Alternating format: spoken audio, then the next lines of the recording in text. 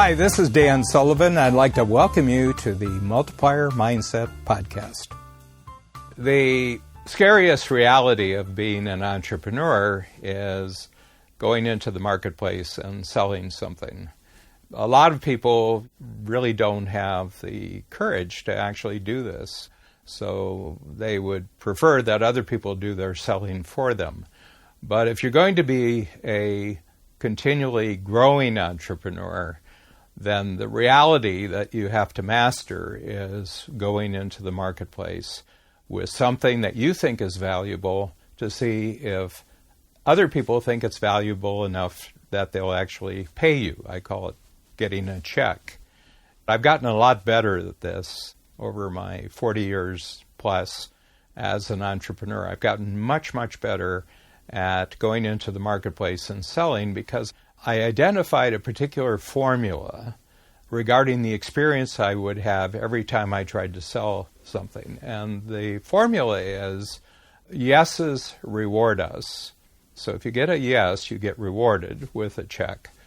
No's teach us. So if you get a no when you try to get someone to write you a check to actually purchase what you have, and you get a no, well, that just taught you something. So just to review, yeses reward us, no's teach us, and maybes kill us.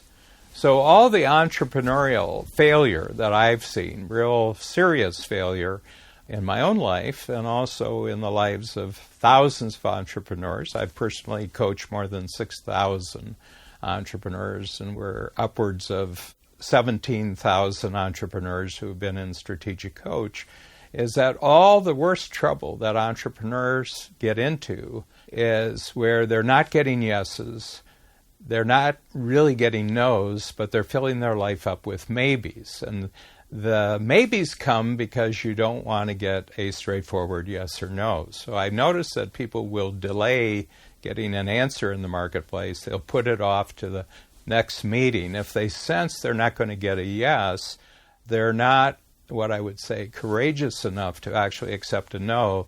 They go for maybe. Well, it sounds like we've made real progress here, and we'll schedule another meeting. But the truth of the matter is the person is never going to say yes. So you might as well get to the no as fast as possible so that you can get to the lesson that will improve your performance and improve your approach so that you'll take this no and you'll turn it into a yes. So the goal you should have as an entrepreneur selling in the marketplace, and we're all salespeople, no matter how big our organizations get. Use Steve Jobs as an example. Steve Jobs started off in a garage, as so many of the high-tech entrepreneurs did. They started off trying to sell something, and then fast forward 40 years, and he was the head of a 40,000-person company, the most valuable company in the world, a real game changer in so many different ways. And the number one salesperson in Apple was Steve Jobs. Steve Jobs never forgot that he was a salesperson. So you're always going to be a salesperson as the entrepreneur. And what you want to do is to develop the mindset and the habit that you want a yes or you want a no. You either want to get rewarded financially, you get a check, you get paid right away, or you get a very, very clear no, and then you look into the no and you develop lessons that will stack the odds in your favor of getting a yes, a bigger yes, and a better yes the next time. And you completely avoid the territory of maybe.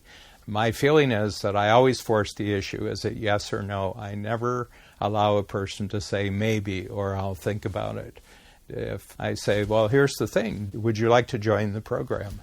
And the person says, well, I'll think about it. And I said, well, I take that as a no, and now I'm going to learn from your no how to approach my next situation so that I get a yes.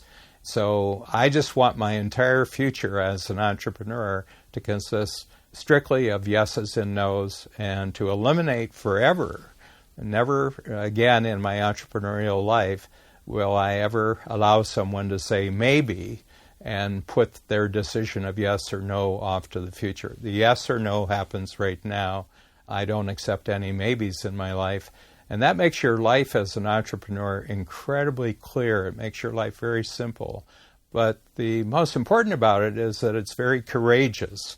And because you are making the commitment to only get yeses or no, and you're going through the period of courage, possibly getting a no, this incredible capability in the marketplace develops, and your confidence keeps going up.